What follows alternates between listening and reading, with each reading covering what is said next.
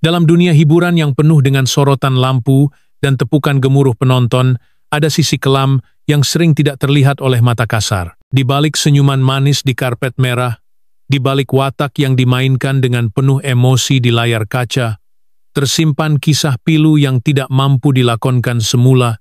Begitulah kisah Alif Aziz, seorang figura terkenal yang kini tidak hanya berhadapan dengan tekanan dunia seni, tetapi juga duka mendalam dalam rumah tangganya bersama Bella Astilah. Alif Aziz, nama yang tidak asing dalam industri hiburan Malaysia dan Singapura. Seorang penyanyi, pelakon, dan bintang reality yang pernah berada di puncak kejayaan, kini bergelut dengan reality kehidupan yang jauh berbeza daripada skrip drama yang pernah dilakonkannya. Tekanan demi tekanan, kecaman demi kecaman, dan kini luka yang datang dari orang yang pernah dicintai sepenuh jiwa, Bella Astilah, permulaan sebuah luka lama. Hubungan mereka tidak pernah sepi daripada perhatian umum.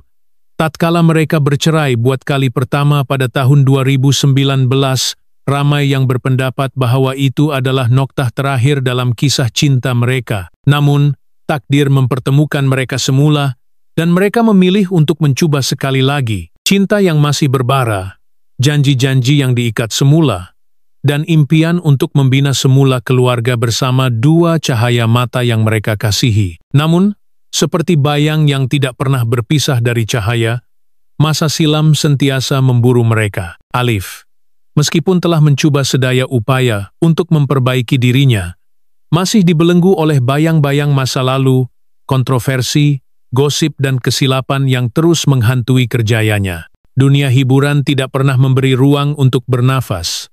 Setiap langkah, setiap kata, setiap kesalahan, semuanya menjadi tajuk utama.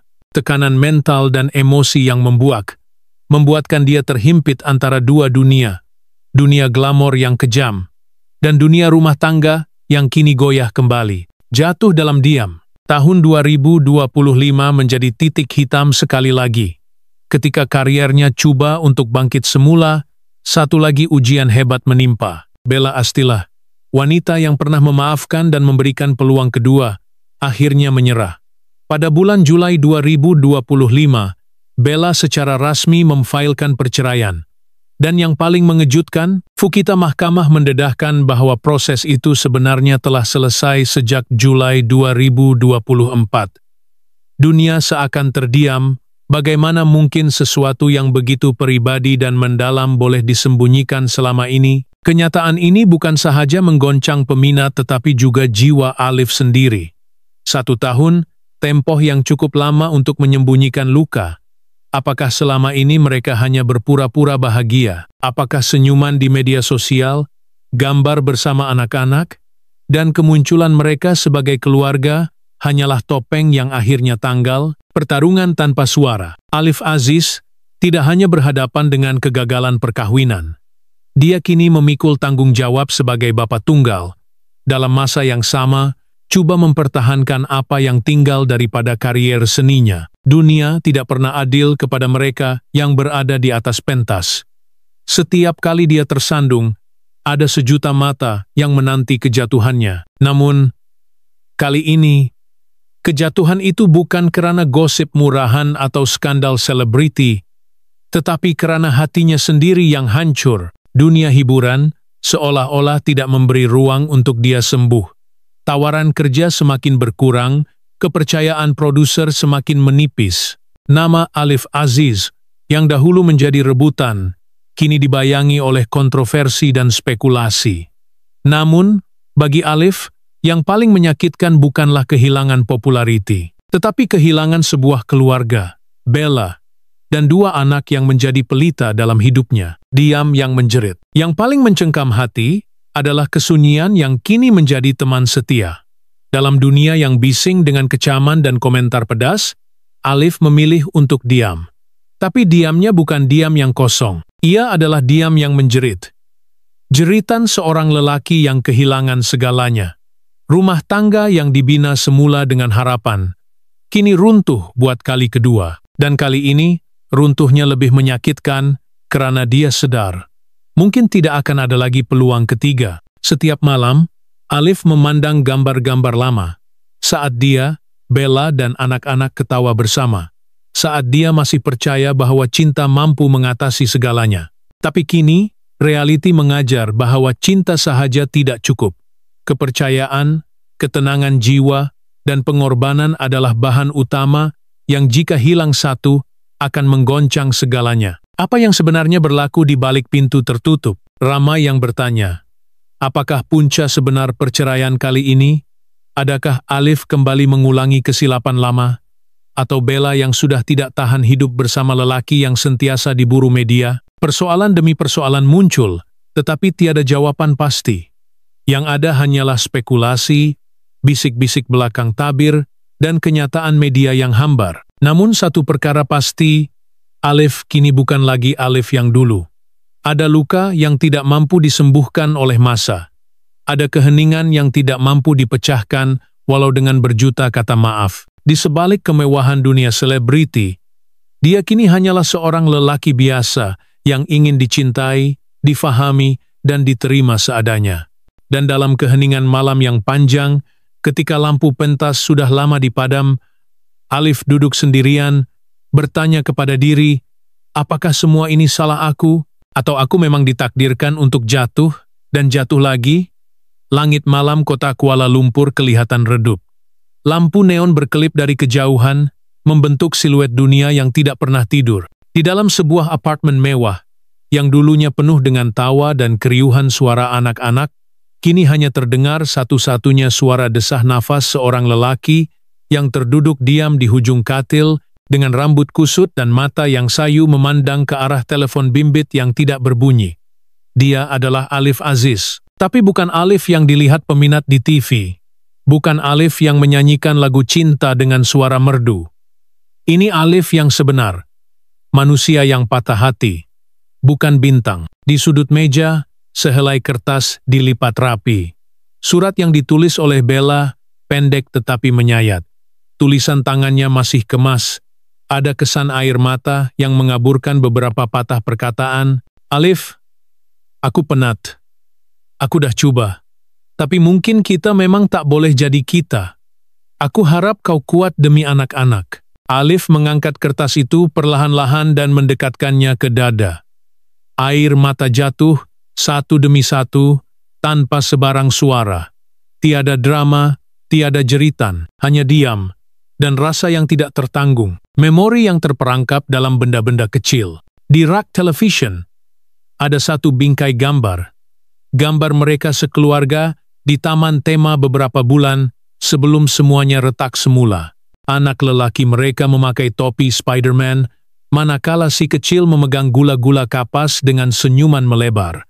Bella memeluk Alif dari sisi, dan Alif mengangkat ibu jari ke arah kamera. Ia kelihatan seperti gambar keluarga bahagia. Tapi Alif tahu gambar itu diambil hanya beberapa jam selepas mereka bertengkar hebat di kereta. Bella menangis, Alif memukul stereng, dan anak-anak ketakutan. Namun di depan kamera, mereka senyum. Kamera tidak pernah tahu kebenaran. Ia hanya merakam apa yang kelihatan. Butiran kecil, yang mencakar hati, masih ada satu cawan Bella di dapur, dengan kesan lipstik di bibir cawan. Benda kecil, tapi bagi Alif, itu adalah ingatan yang menusuk. Dia tidak sanggup membasuhnya, karena setelah hilangnya bayang Bella dari rumah itu, benda-benda kecil seperti cawan itulah yang membuatnya rasa Bella masih di situ, berjalan dari dapur ke ruang tamu, memarahi anak-anak yang menumpahkan susu, tertawa di hujung malam, sambil menonton rancangan Korea. Bau minyak wangi Bella masih tertinggal di bantal. Alif tidak menukar sarungnya. Malah, dia enggan tidur di sisi katil itu. Dia hanya tidur di sebelah kanan, seolah-olah tempat Bella masih perlu dikosongkan, walaupun dia tahu tiada siapa akan mengisinya lagi. Dinding yang berbicara, setiap inci rumah ini adalah kenangan. Di dinding, masih tergantung hasil lukisan anak-anak mereka, lukisan yang comot. Tetapi di dalamnya tertulis kata, Mama, Papa, dan kita.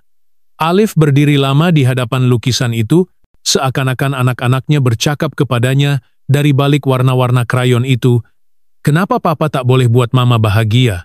Dia coba menjawab soalan itu dalam hati. Tapi tiada jawaban yang datang. Cuma rasa bersalah yang terus menggigit jiwa. Di pentas, seorang pelakon tanpa skrip apabila Alif kembali ke set penggambaran beberapa minggu selepas berita perceraian tersebar, ramai kru dan pelakon hanya menyapa dengan anggukan simpati. Tiada siapa berani bertanya, tapi mata mereka cukup berkata-kata. Lagi, itu yang tersirat, wataknya kali ini sebagai seorang lelaki yang kehilangan istri akibat kemalangan jalan raya. Ironi? Ya, sepanjang penggambaran, Alif tidak perlu berpura-pura. Emosi yang diperlukan dalam skrip sudah sedia ada dalam jiwanya. Setiap kali dia melafazkan dialog sedih, ia bukan lakonan. Ia pengakuan. Ketika pengarah menjerit, "Cut!" Alif tidak segera keluar dari watak. Dia duduk diam di bangku, mata memandang kosong. Seorang kru muda meletakkan tangan di bahunya dan bertanya perlahan, "Abang oke?" Alif hanya angguk. Tapi hatinya menjerit, "Tidak." Di sebalik kaca media sosial, peminat masih melihat Instagram Alif. Gambar dia bersama anak-anak. Video dia menyanyi sambil tersenyum. Tapi semua itu adalah sisa-sisa dari masa lalu.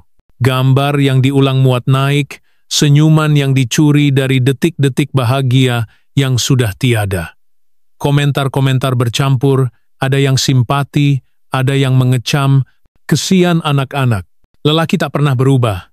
Semoga Bella tabah. Tak banyak yang menyebut namanya dengan harapan. Seolah-olah Alif sudah tidak berhak mendapat simpati. Dia bukan lagi hero dalam cerita ini. Tapi dia juga bukan penjahat. Dia hanyalah manusia yang pernah gagal. Dan kini sedang coba untuk bertahan dalam bayang-bayang kegagalan itu. Malam yang panjang, sunyi yang berdesing, pukul 3 pagi, Alif bangun dari tidur. Dia menuju ke bilik anaknya yang kini sunyi. Katil masih tersusun rapi seperti biasa. Mainan masih bersepah. Dia duduk di tepi katil itu dan memandang Sailing. "Papa rindu kamu," bisiknya, walau anak-anaknya kini berada bersama Bella. Dia tidak tahu bila akan dapat pelukan mereka semula. Setiap malam, dia menunggu panggilan video yang mungkin tidak akan datang. Dia mendengar semula nota suara mereka di telepon. Ketawa, suara halus menyebut papa, dan suara Bella. Sebelum semuanya berubah, sebuah kehidupan yang perlahan-lahan terurai. Setiap pagi, Alif duduk di meja makan seorang diri. Dia sediakan 2 pinggan kecil kosong, seolah-olah anak-anak masih bersamanya. Ritual yang menyakitkan, tapi satu-satunya cara dia merasa mereka masih dekat. Dia membuka lembaran Quran, membacanya dengan suara yang perlahan, kadangkala tersekat-sekat oleh tangisan. Dia mencari ketenangan yang tidak ditemui dalam dunia hiburan. Ketika semua orang mempersoalkan nilai dirinya, hanya pada Tuhan dia merasa ada jawaban yang benar. Penyesalan yang tidak bersuara. Dia tidak menyalahkan Bella. Dalam setiap bisikan hati, dia berkata, "Kau berhak untuk bahagia." Tapi dalam masa yang sama, dia bertanya, "Kenapa aku tak cukup untuk bahagia itu?" Bukan mudah menjadi Alif Aziz. Lebih susah lagi menjadi Alif Aziz yang pernah disayangi oleh Bella Astila. Dan kini, di tengah kesunyian, di antara keriuhan dunia yang tidak pernah memberi ruang untuk jatuh, Alif berdiri di depan cermin. Dia menatap matanya sendiri. Lelaki itu kelihatan letih, tapi ada satu hal yang masih menyala. Harapan. Harapan untuk bangkit. Harapan untuk memperbaiki. Harapan untuk menjadi seorang bapa yang lebih baik. Walaupun tidak lagi menjadi seorang suami, tak banyak yang menyebut namanya dengan harapan. Seolah-olah Alif sudah tidak berhak mendapat simpati. Dia bukan lagi hero dalam cerita ini. Tapi dia juga bukan penjahat. Dia hanyalah manusia yang pernah gagal, dan kini sedang coba untuk bertahan dalam bayang-bayang kegagalan itu. Malam yang panjang, sunyi yang berdesing, pukul 3 pagi, Alif bangun dari tidur. Dia menuju ke bilik anaknya yang kini sunyi. Katil masih tersusun rapi seperti biasa. Mainan masih bersepah. Dia duduk di tepi katil itu dan memandang Sailing. "Papa rindu kamu," bisiknya, walau anak-anaknya kini berada bersama Bella. Dia tidak tahu bila akan dapat pelukan mereka semula. Setiap malam, dia menunggu panggilan video yang mungkin tidak akan datang. Dia mendengar semula nota suara mereka di telepon.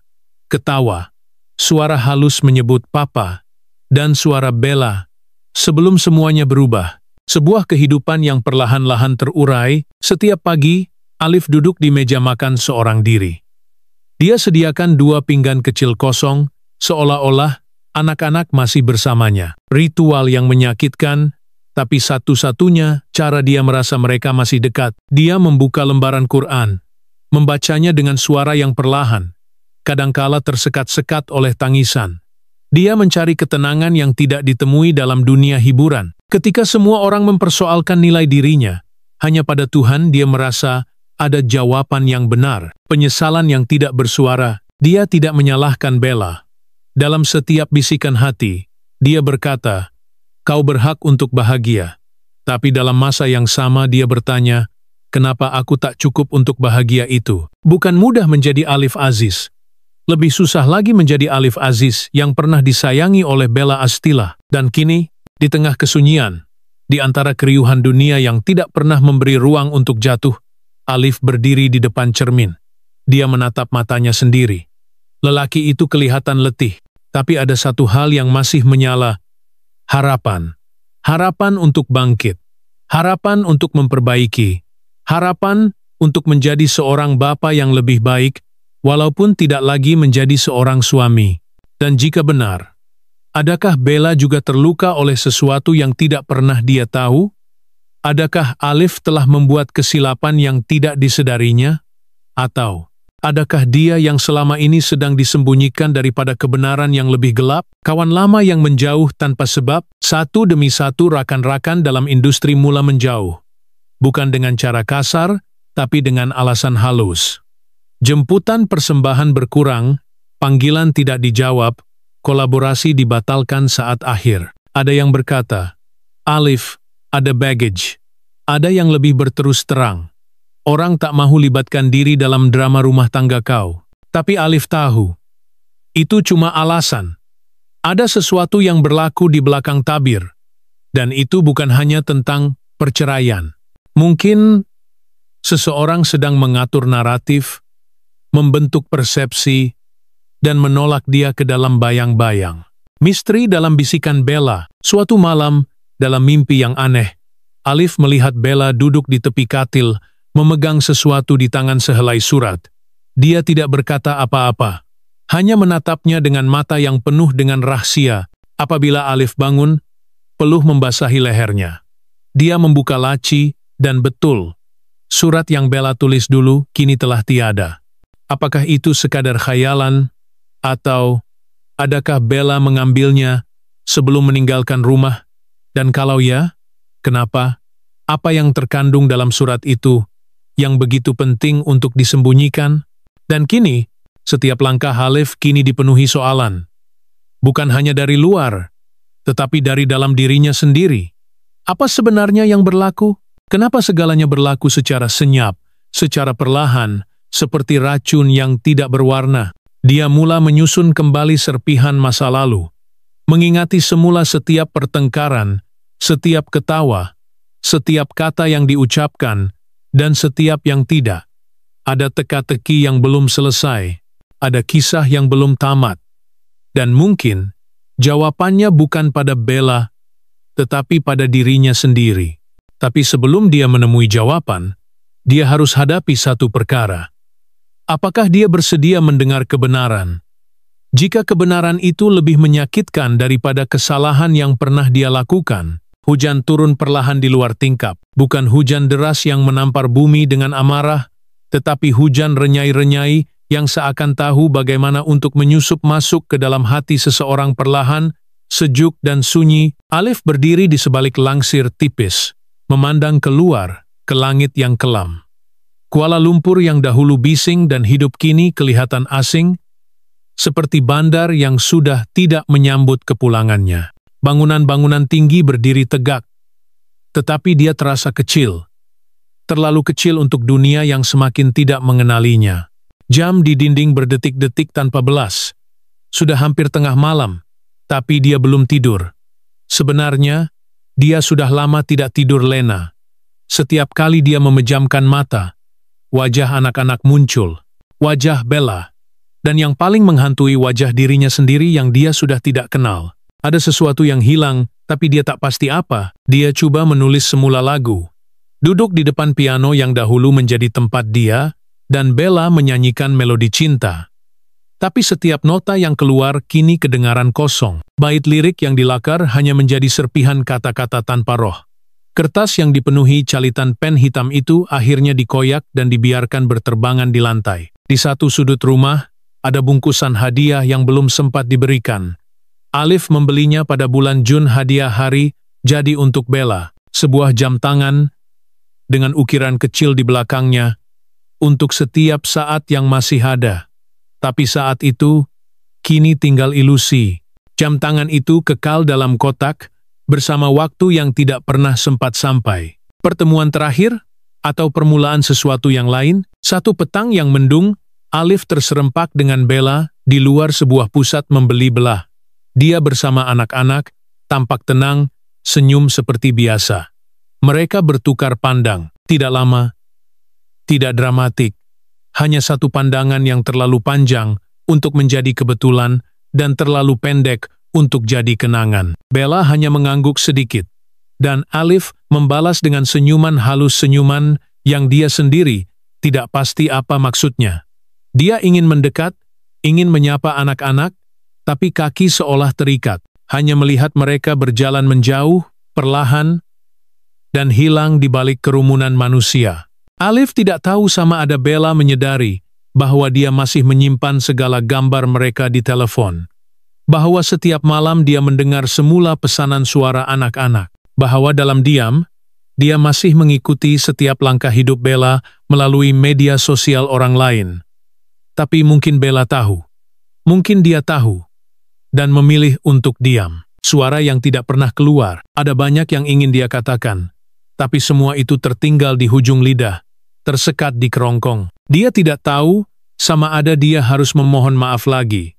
Atau hanya menerima bahwa beberapa luka tidak diciptakan untuk sembuh. Ada hubungan yang tidak gagal karena benci, tetapi karena terlalu banyak sayang yang tidak pernah cukup. Kadangkala, dia membayangkan jika dia boleh kembali ke masa lalu. Mengubah satu keputusan kecil. Menahan satu kata yang menyakitkan. Memeluk Bella lebih lama malam itu. Tapi masa tidak pernah memberi peluang kedua, tidak seperti manusia. Dan kini, rumah itu masih berdiri, tapi tidak lagi sama. Ada baju yang masih tergantung di almari, ada mainan anak-anak di bawah sofa, dan ada lagu lullaby di playlist yang masih dimainkan setiap malam. Tapi semua itu hanya bayang-bayang.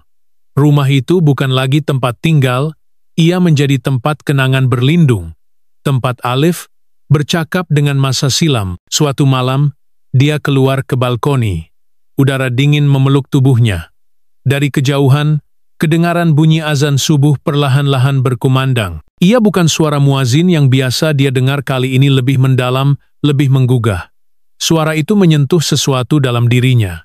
Tapi dia tidak tahu apa. Dia menutup mata, mengambil nafas panjang, dan kemudian membukanya semula. Tapi, apakah itu tanda kelegaan atau penyesalan yang terlalu dalam untuk ditampung?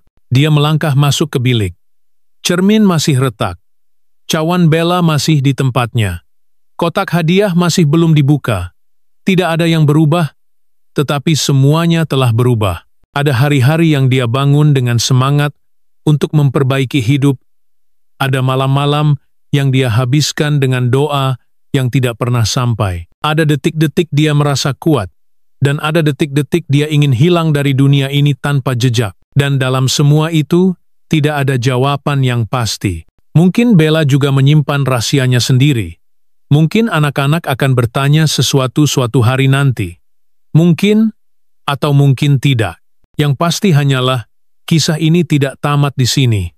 Ia hanya berdiam diri seketika, menunggu masa untuk bangkit semula, atau tenggelam terus dalam sunyi. Dan Alif Aziz sama ada sebagai selebriti, sebagai bapa, atau hanya sebagai seorang lelaki yang pernah mencintai dan dikhianati oleh takdir kekal di tengah cerita yang belum selesai. Dan kamu, sebagai pembaca, Mungkin tertanya-tanya, siapakah sebenarnya yang salah? Apa yang sebenarnya terjadi malam itu? Apa isi nota yang Bella bawa pergi? Siapa lelaki dalam gambar kabur itu? Dan adakah ini benar-benar pengakhiran? Atau hanya permulaan kepada sebuah kisah lain yang lebih sunyi dan lebih dalam?